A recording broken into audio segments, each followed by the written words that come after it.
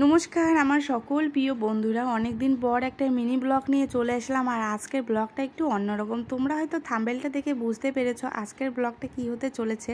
তো যাই হোক বন্ধুরা, আজকের ব্লগটা একটু দেখতেও অন্যরকম হবে, কারণ আমি 16:9 পয়েন্ট দিয়ে ভিডিওটা করিনি, লম্বালম্বি করেছি। তো তোমরা এরকম একটু দেখে নাও। দেখো, এটা ছিল জেঠুদের বাড়িতে দুপুরবেলা, মানে এখন বাজে দুপুর ওই 1টা থেকে 2টোর মতো এরকমই। তো জেঠু এখানে আগিনায় দিচ্ছে পূজা, আর এটাকে আমরা ডাংধরা পূজা বলি। গরুর যদি বাছুর হয় ভালোই আর কি, আর যদি একটু দুধ টুধ হয় তাহলে সেই আর কি দুধ দিয়ে দই পেতে কিন্তু দই চিরা দেয় ঠাকুরকে। এটা দিনের বেলা। রাত্রেবেলাও একটা পূজা আছে, তো তোমরা পুরো ভিডিওটা দেখতে থাকো, অবশ্যই কিন্তু বলবো। তো আজকে ছিল আমার জন্মদিন, আর দিনটা ছিল শুক্রবার 22শে জ্যৈষ্ঠ, ইংলিশের 6 তারিখ। এবারের জন্মদিনটা একদম কিন্তু মানে তিনটাই মিলে গেছে, একদম বার, দিন, মাস, বাংলা, ইংলিশ সব কিছুই। তো কোনো স্পেশাল কিছু আয়োজন নেই আজকে। মানে দিনটা শুরু হয়েছে প্রত্যেক দিনের সকালটা যেরকম শুরু হয় সেরকমই। তো আমি এখন বর্তমানে আছি বাবার বাড়িতে। আর এই যে একদম চলে গেলাম সন্ধ্যেবেলায়, এটা ছিল জেঠুদের বাড়িতে। ওই যে বললাম দুপুরবেলা পুজো হয়েছিল, এটা তারই রাত্রেবেলা পুজো। এটাকে বলে গৌরনাথ পুজো, মানে গোয়ালি ঘরের সামনে পুজোটা দেওয়া হয় গরু বাছুরকে নিয়েই আর কি। তো তোমরা পুরো আর কি দেখো, একটু শোনো কীর্তনটা ঠিক কী রকম হয় শুনতে।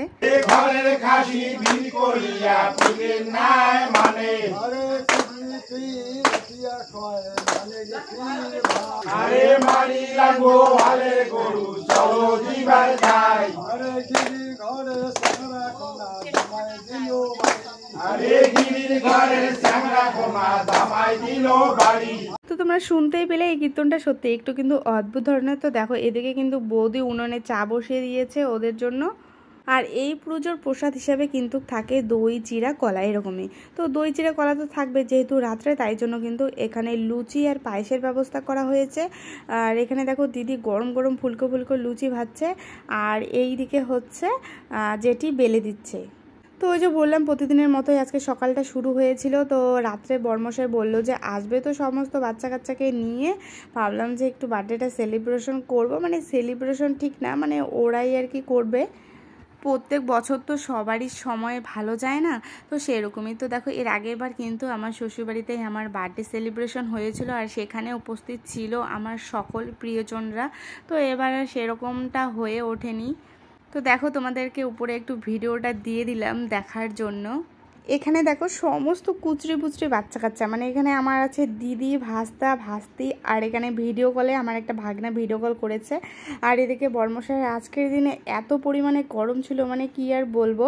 আগের বছর তা হলো কেক কাটিংয়ের সময় একটু সাজগোজ করেছিলাম, এবার তো একটু সাজতে ইচ্ছা করেনি। দেখো, এই যে আমার বর্মশাই আনা একটা নতুন আর কি কুর্তি পরে নিয়েছে, আর এই মুটুকটা আগের বাড়ির আনা ছিল।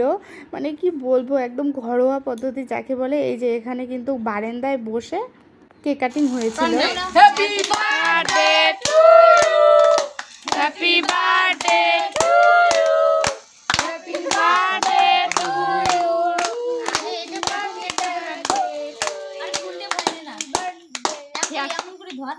তো জীবনে আরো একটা বছর পার করলাম, নতুন একটা বছরে কিন্তু পা দিলাম।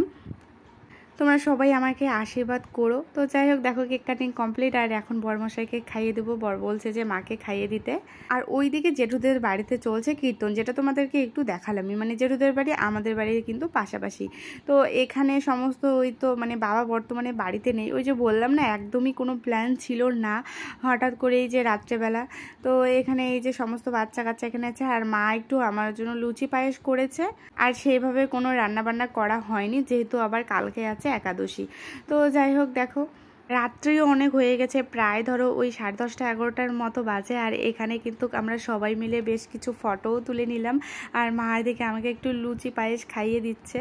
তারপর এখানের পর্ব কমপ্লিট করে কিন্তু চলে গেলাম জেঠুদের বাড়িতে। গিয়ে দেখি কীর্তনের দল সব খাওয়া দাওয়া করে চলে গিয়েছে, আর এখন খেতে বসেছে বাড়ির লোক, মানে এই যে আমার বর, জিজু, তারপরে বাড়ির 2 বৌদি। তো সবাইকে এখানে বাচ্চাদের সবাইকে কেক দিয়ে কিন্তু ওই বাড়িতে চলে গেলাম কেকটা নিয়ে সবাইকে একটু করে কেক দিতে।